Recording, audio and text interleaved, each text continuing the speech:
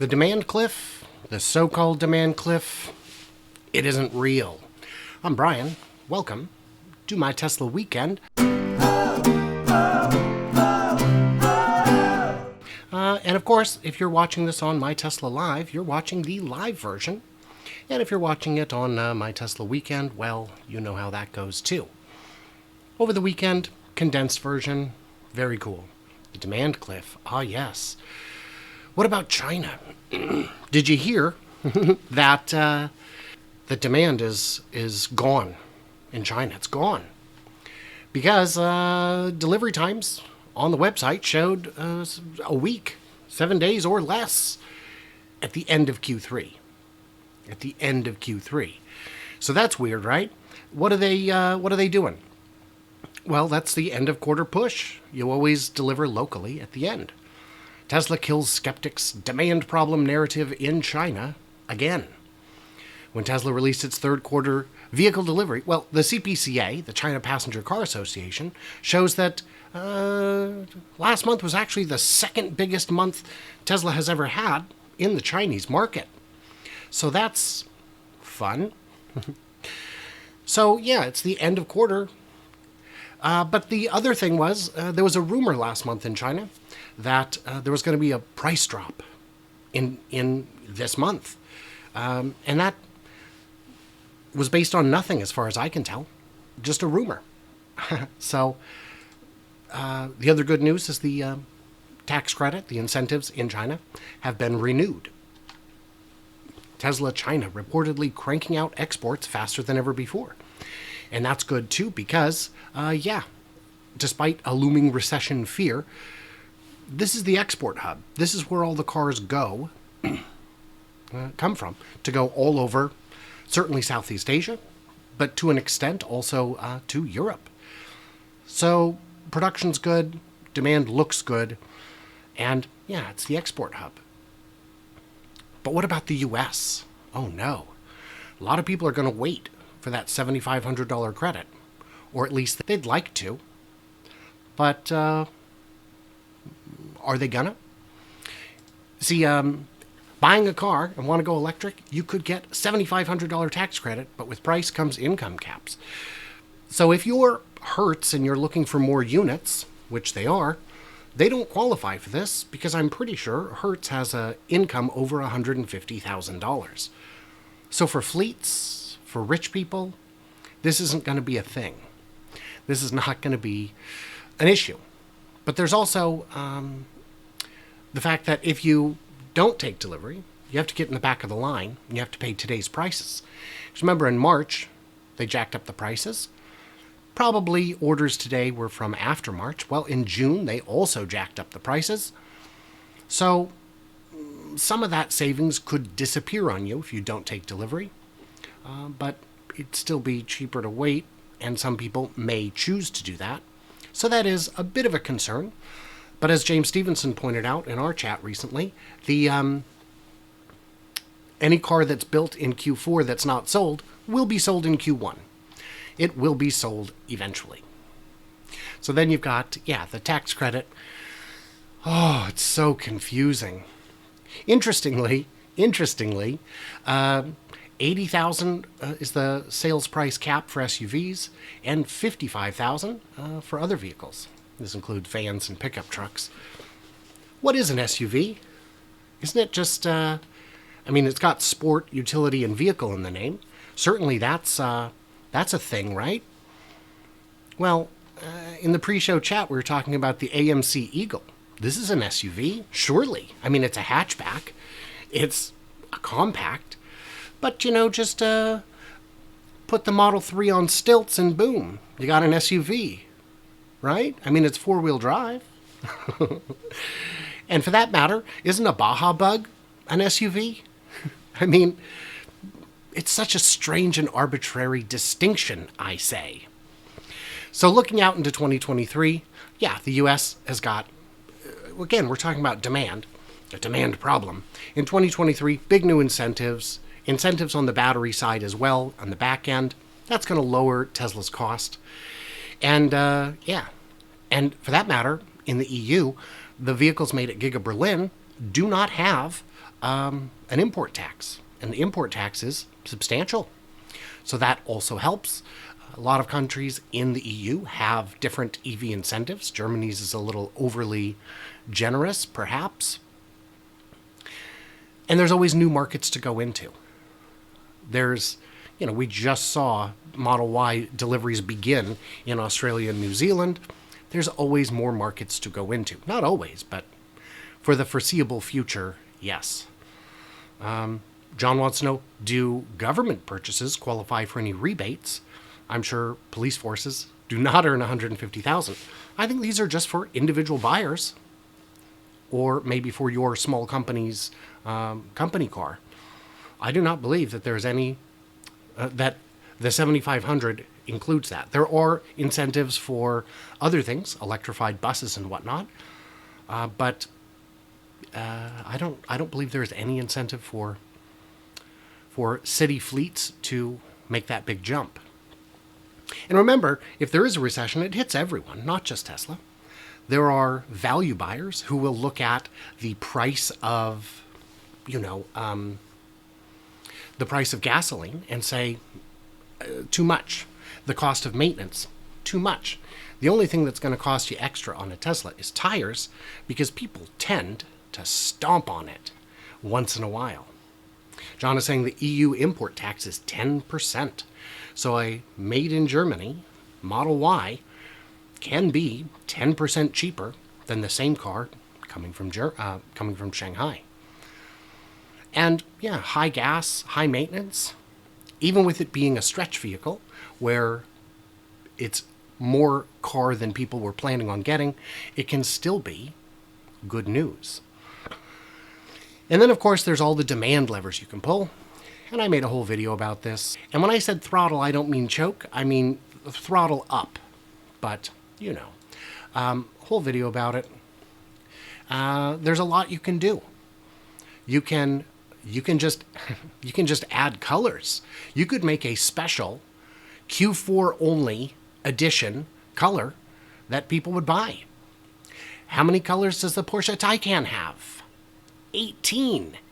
18 colors. Oh, that's crazy. That's too many. But that would be a demand lever you could easily pull that doesn't really cost much more. So what do we got there? Let's see. You could drop the price.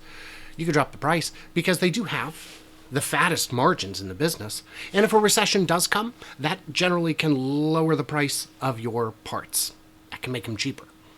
And we know you can lower the price because the Model Y costs less to build than the Model 3 and has a higher price tag. So I don't know how that works. Hashtag bring silver back. Could not agree more.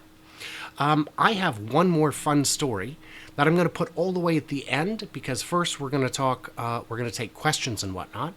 And thanks as always to my Patreons who get early access, bonus content, all that good stuff. And yeah, there are videos there that are not here, and there are other ones that you'll get early. Is that a car on my screen? What is that about? So this is an animation I've been working on. I haven't been working on. Well, there it is, and there you go. If you enjoyed this quick recap, maybe you would enjoy the full 30-ish minute version on the second channel, My Tesla Live, where I do a live show every Friday at 7 p.m. Pacific, and a podcast with Bear from Bear's Workshop every Tuesday at 4 p.m. Pacific. We have a lot of fun. So, what did I miss or misunderstand? Leave me all your thoughts, your wisdom, your juicy blind and brilliance into them a comments below, and stay tuned, stay juicy, and I just can't wait to hear from you clever robots on the time and a half overtime bonus.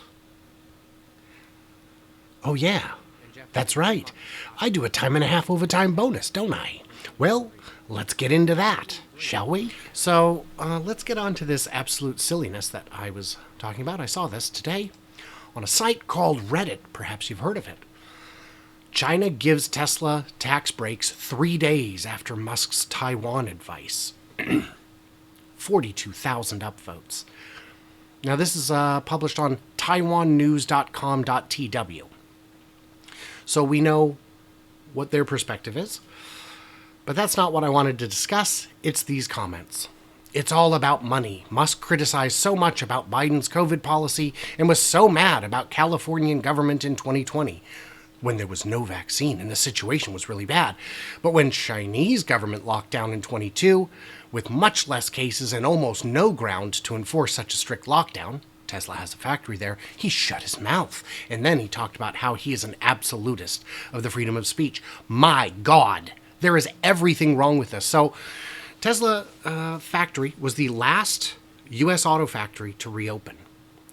Definitely in the U.S., maybe in the world. All the other auto factories were open. All of California was open. It was just one clerk in one county at the health department saying no. That's unreasonable. I can understand. And, the survival of the company was at stake. 100,000 jobs were at stake. And then, but when the Chinese, he didn't say, yes, he did. Oh, yes, he did. In fact, he pressured them to allow a closed loop system to get factory workers back in and production back on. So, yes, he did. And then he talked how he's an absolutist of the freedom of speech. That's not a contradiction. Somehow, I think Musk will soon find out all the different ways the U.S. government can F him. Unless he bribes some of the politicians. Sorry, I meant donate to them. Does he donate to politicians? I haven't really seen much of that. And you'll notice at all these EV summits, they're kind of never invited. He has so much free speech, $250 billion worth. Do you think that's his net worth today? That was it at the peak. Today it's probably, what, half that? So, the more I read about this guy, the more I want him to F off. Yeah, of course. Yeah. But it's because you're able to read about him. All these CEOs, I'm sure, are various flavors of jerk. Musk would sell his mother for a hot dog. No, he wouldn't. We know that because I'm sure someone would buy her for a hot dog, and he hasn't sold her. I just got banned from r/Elon Musk for trying to point out that he's making himself look really... No, you didn't. I went ahead and clicked on that user's profile. No, he went in and was trolling. So, yeah, you get banned for trolling. They didn't agree and banned me. How will life go on? Come on. So, what was the comment? Well, the Financial Times published an interview when he recommended Taiwan become absorbed as a special administrative zone that is reasonably palatable. Well, he doesn't know. He doesn't know what he doesn't know. And from a business perspective, that would be good for Elon and Tesla and China. But from a freedom perspective, maybe not so good for Taiwan. So he sucks up to autocrats big time now. First, killing his internet service in Ukraine. That hasn't happened. No, he's asking them to pay for it. He's asking someone to pick up the tab. And it's being negotiated, I am sure. After allegedly talking to Putin, I don't believe that happened. And now she obviously rewards him for touting his home. Obviously rewards him. You think that this EV credit is because of this comment? Was wondering where Musk and his drive for innovation might go 2 years ago? Couldn't be more disappointed. Okay? He never cared about his products, just his image. That's demonstrably false, you dumbasses.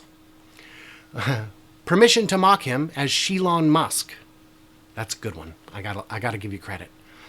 Yeah, imagine his entire rise to power has actually been a long con by the Chinese in order to get inside access to the U.S.'s systems. They are in NASA, internet, logistics, energy. Next, free speech.